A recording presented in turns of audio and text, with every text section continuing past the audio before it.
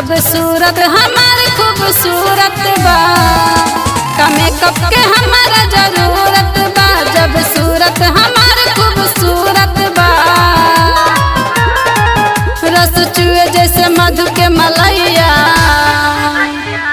खाली झाड़ ली पिया का कहिया से निहारे लगबे सैया। खाली झाड़ ली कसिया का कहिया से निहारे लगबे सैया।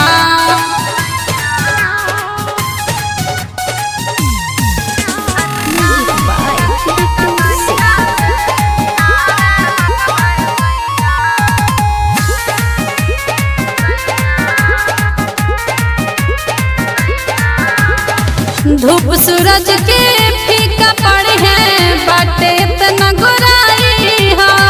जाने वाला जनत बाटे, करी का लगे बड़ाई हो। धूप सूरज के फीका पड़े हैं, बाटे इतना गोराई हो। जाने वाला जनत बाटे, करी का लगे बड़ाई हो।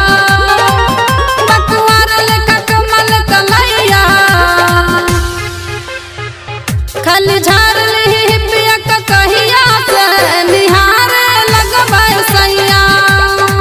खाली झाड़ ली कसिया का कहिया से निहारे लगबे सैया।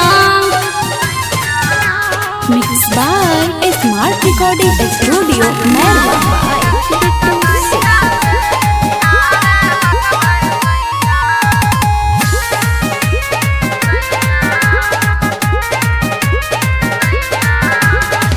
बिंदी बाली कोली खाली सोना सुहागा लागे हो।